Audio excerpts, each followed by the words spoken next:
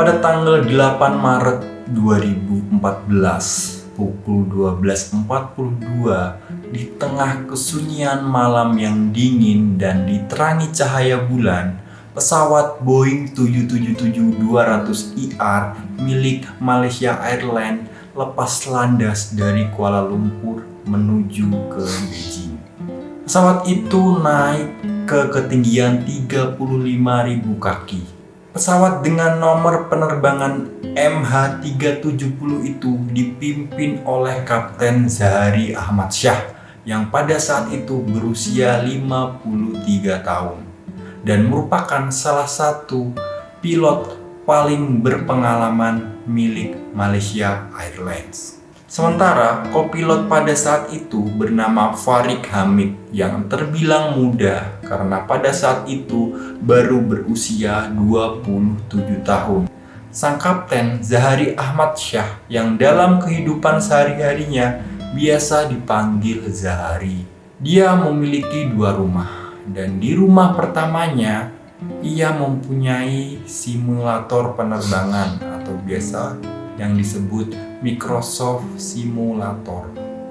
Belakangan, Microsoft Simulatornya ini menjadi bahan tuduhan kalau kecelakaan pesawat ini disebabkan oleh dirinya.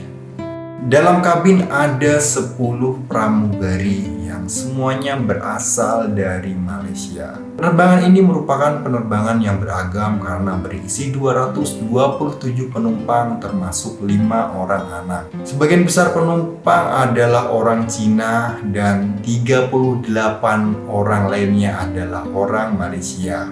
Sementara sisanya adalah orang-orang dari negara berikut dari urutan yang paling banyak ke yang paling sedikit. Dari negara seperti Indonesia, negara kita sendiri, Australia, India, Prancis, Amerika Serikat, Iran, Ukraina, Kanada, Selandia Baru, Belanda, Rusia, dan Taiwan.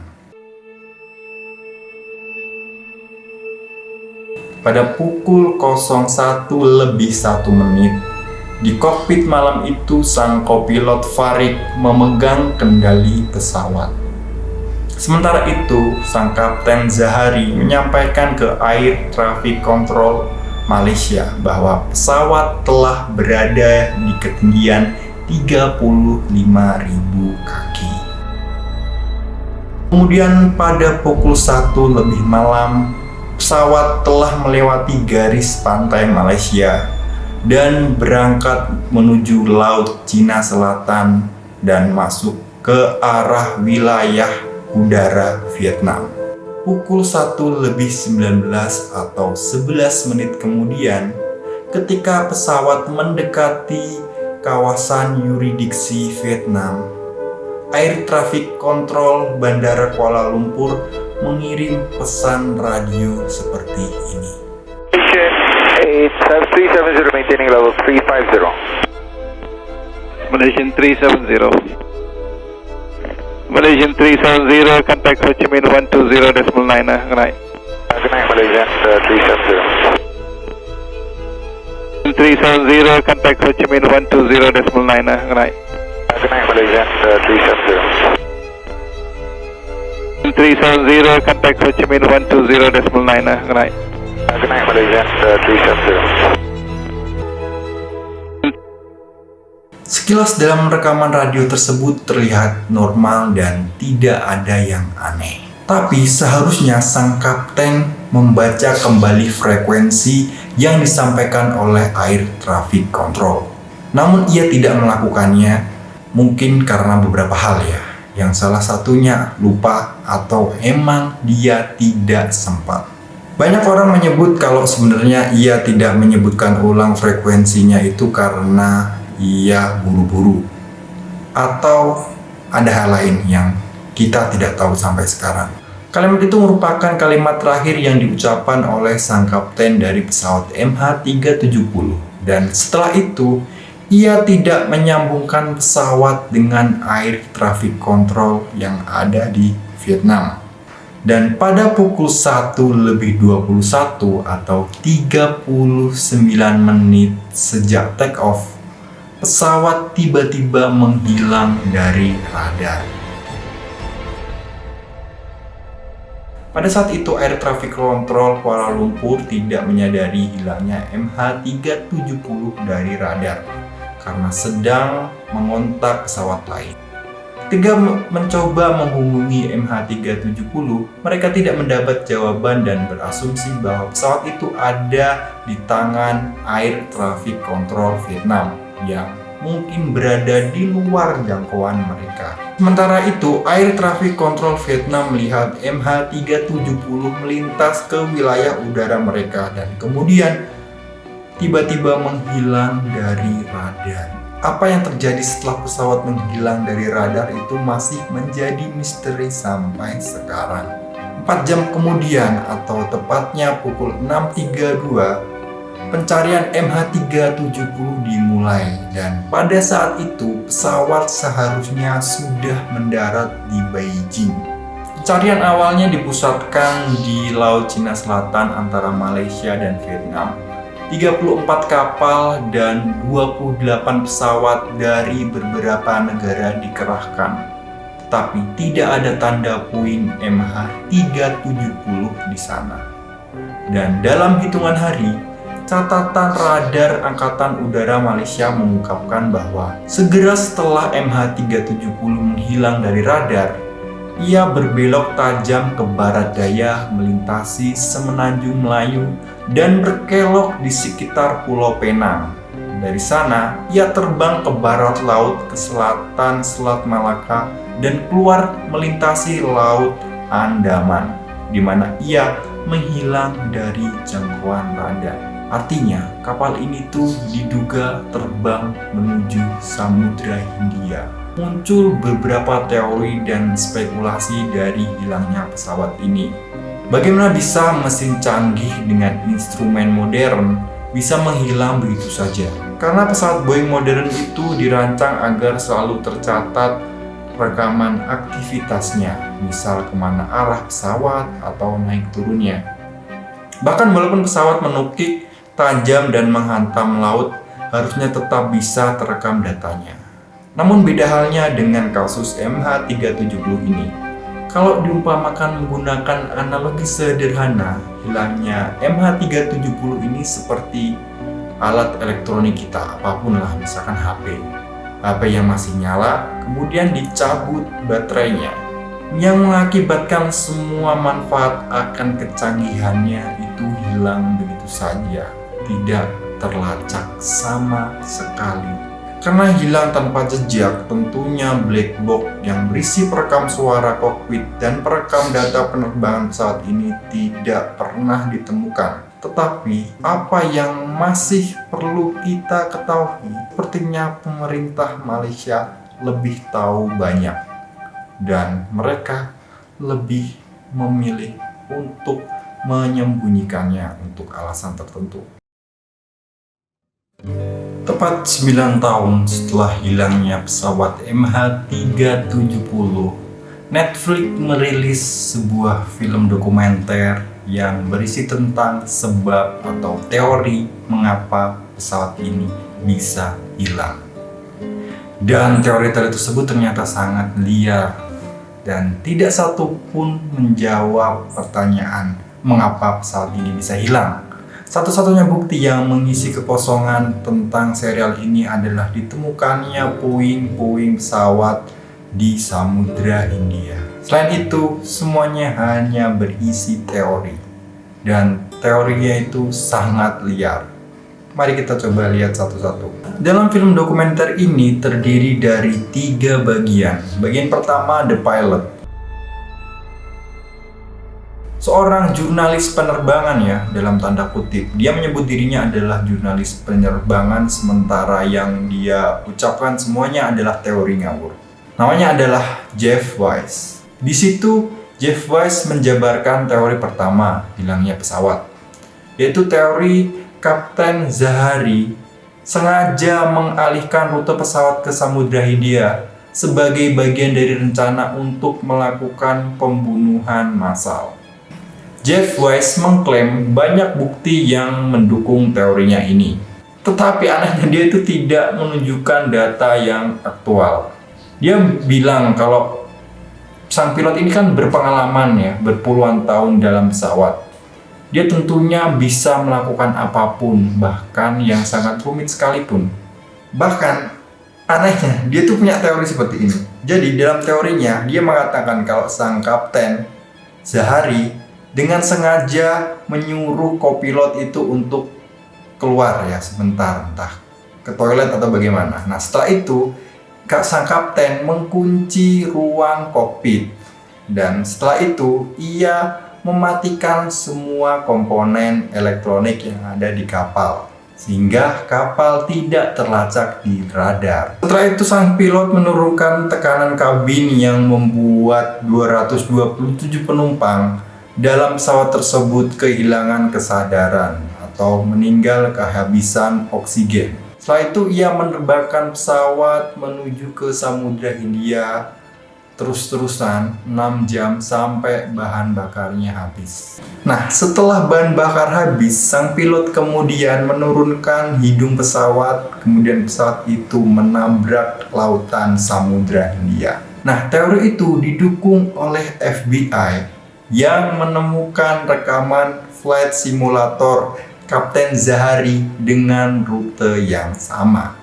Padahal bisa saja namanya flight simulator ya, dia nggak sengaja geser kursor kemudian ditinggal makan atau apa, dan pesawat itu meluncur ke Samudra Hindia sampai bahan bakarnya habis. Dan teori itu pun nggak masuk akal. Mana bisa ada satu switch atau tombol on off yang bisa membuat semua komponen elektronik di pesawat itu mati ya, bahkan tidak terlacak di radar. Apakah ada satu tombol itu? Nah, itu yang dipertanyakan orang-orang. Nah, network ini benar-benar memberikan kebebasan ya kepada Jeff Wise untuk menerangkan teori-teori liarnya. Yang salah satu teori liarnya adalah the hijack ya, atau pembajakan pesawat. Lebih spesifik, pembajakan pesawat ini dilakukan oleh 3 orang pria Rusia dewasa. Bayangkan, dia punya cerita seperti itu. Jadi awalnya ceritanya seperti ini. Ada satu data yang ditemukan oleh Inmarsat, salah satu perusahaan satelit asal Inggris. Jadi setiap beberapa periode, pesawat itu memberikan ping kepada satelit yang menunjukkan kemana arah dia pergi, arah pesawat itu pergi. Namun, Jeff Wise menyangkal data tersebut. Padahal itu adalah satu-satunya data yang bisa dipercaya. Dan data itu juga dipakai oleh militer Malaysia untuk menjelaskan peristiwa ini. Namun Jeff Wise itu menyangkal. Dia mengatakan kalau data itu sengaja dibuat untuk pengalihan saja. Bahwa sesungguhnya pesawat itu sebenarnya diterbangkan menuju tempat lain. Data pesawat menuju Samudra Hindia itu hanya pengalihan aja. Sementara yang sebenarnya pesawat itu dialihkan menuju Kazakhstan. Bagaimana caranya? Caranya seperti ini. Ada 3 orang pria atau penumpang dari pesawat itu yang berasal dari Rusia. Jeff menduga bahwa 3 orang pria itu adalah agen Rusia, spy Rusia yang mencoba membajak pesawat tersebut. Kerjaan 3 orang ini benar-benar seperti yang ada di film-filmnya. Digambarkan 3 orang ini sangat cerdas yang memiliki kemampuan untuk mematikan seluruh komponen elektronik yang ada di pesawat sampai tidak bisa dibaca oleh radar sekalipun, dengan cara masuk ke dalam satu ruangan ya yang berisi kumpulan komputer atau otak dari pesawat tersebut. Nah, ruangan itu ada di bawah kursi kelas bisnis. Kemudian salah satu dari agen Rusia tersebut menyalakan komputernya dan menjalankan program tertentu yang menyebabkan pesawat kehilangan seluruh komponen elektroniknya, atau komponen elektroniknya mati dan tidak terbaca oleh radar. Dan hebatnya lagi, dari situ ia itu seperti dapat mengendalikan pesawat dan menerbangkannya menuju Kazakhstan. Kemudian pesawat dijatuhkan di atas gurun di antah berantah Kazakhstan. Nah, Wise percaya hal ini dilakukan untuk mengalihkan perhatian invasi Rusia ke Crimea pada saat itu. Kan kelihatan ngawur sekali ya teori dari si West ini. Tapi entah kenapa si Netflix ini membiarkan si West ini mengambil alih seluruh alur cerita dari film dokumenter ini. Dan ada lagi satu teori yang tidak kalah aneh yang disampaikan seorang wartawan asal Prancis yang bernama Florence de Changy. Ia merinci hal ini disebabkan oleh the intercept atau pencegatan. Tidak seperti Wise yang berteori bahwa MH370 ini terbang ke tempat lain yaitu ke Kazakhstan. Ia berteori sebaliknya. Ia berteori bahwa pelaku dari kejahatan ini itu adalah Amerika. Dengan cara merekayasa agar pesawat ini seakan-akan putar balik ya menuju Samudra Hindia. Ia mengklaim bahwa pesawat MH370 ini membawa 2.500 kg barang elektronik yang dibawa melalui kargo, namun tidak melalui proses scan atau dibawa secara ilegal. Nah, barang-barang dalam pesawat itu merupakan lithium ion dan aksesoris walkie-talkie. Nah, ia mengklaim bahwa teknologi tersebut merupakan teknologi milik Amerika Serikat yang mencoba diambil oleh Cina secara ilegal. Itu menjadi anggapan kenapa pesawat ini sangat berbahaya bagi Amerika Serikat. Nah, kemudian bagaimana cara pesawat MH370 ini dicegah? Yang dituduh adalah pesawat milik Amerika ya, pesawat yang namanya AWACS, AWACS, Airborne Warning and Control System. Ini adalah pesawat penjegat ya, yang punya kayak topi di atasnya. Pesawat ini adalah pesawat yang sangat canggih, yang mampu mengganggu sistem komunikasi yang ada di pesawat lain. Apalagi pesawat Boeing milik Amerika. Nah, jadi ceritanya, pesawat itu mengikuti pesawat MH370 dari awal. Dia itu kayak berada di atasnya gini. Kemudian dia mengirim sinyal tertentu hingga mematikan seluruh komponen elektronik dalam pesawat tersebut. Kemudian si AWACS ini memberikan instruksi kepada sang pilot agar turun dan mendaratkan pesawat. Nah, karena sang pilot berpegang teguh pada perintah atau janji pekerjaannya, ia tidak menuruti hal tersebut dan kemudian melanjutkan penerbangan. Nah, karena takut barang berharga milik Amerika Serikat tersebut tiba ke Beijing, pesawat AWACS terpaksa menembak jatuh pesawat MH370 dan puing-puingnya kemudian berserakan di Laut Cina Selatan. Nah, itu kenapa Amerika sengaja memalsukan data penerbangan tersebut yang seakan-akan berbelok arah dan menuju ke Samudra Hindia. Nah, anehnya, teori tersebut itu sangat gampang disangkal ya. Tentunya kalau hendak berbohong, Amerika Serikat itu harus bersekongkol dengan beberapa negara yang ada di area tersebut, seperti Vietnam, Thailand, Cina, Myanmar. Sementara kalian tahu sendiri, kejadian itu kan kejadian yang sangat besar lah. Dan faktanya antar 6 negara tersebut, mereka itu tidak saling berteman atau bahkan bermusuhan. Bagaimana mereka bisa menyembunyikan sesuatu yang besar itu secara bersamaan? Sangat tidak dimungkinkan, atau teori itu benar-benar sampah. Dan ajaibnya lagi, ada satu orang yang bernama Gibson. Dan orang ini tuh tiba-tiba muncul dan tiba-tiba dia pengen menemukan puing-puing pesawat MH370. Dia pun terbang menuju ke Samudra Hindia, tepatnya di Madagaskar. Nah, waktu sampai di Madagaskar, dia tanya ke warga sekitar, kira-kira di mana ya saya bisa menemukan puing-puing MH370? Kemudian warga sekitar menyarankan dia untuk pergi ke sebuah semenanjung tertentu di mana di sana itu banyak puing-puing yang berserakan. Nah, ajaibnya setelah dia menuju ke sana, dia menemukan suatu bagian pesawat ya puing-puing pesawat yang terlihat sangat kecil. Namun itu adalah puing pesawat yang bisa disimpulkan dari bentuknya.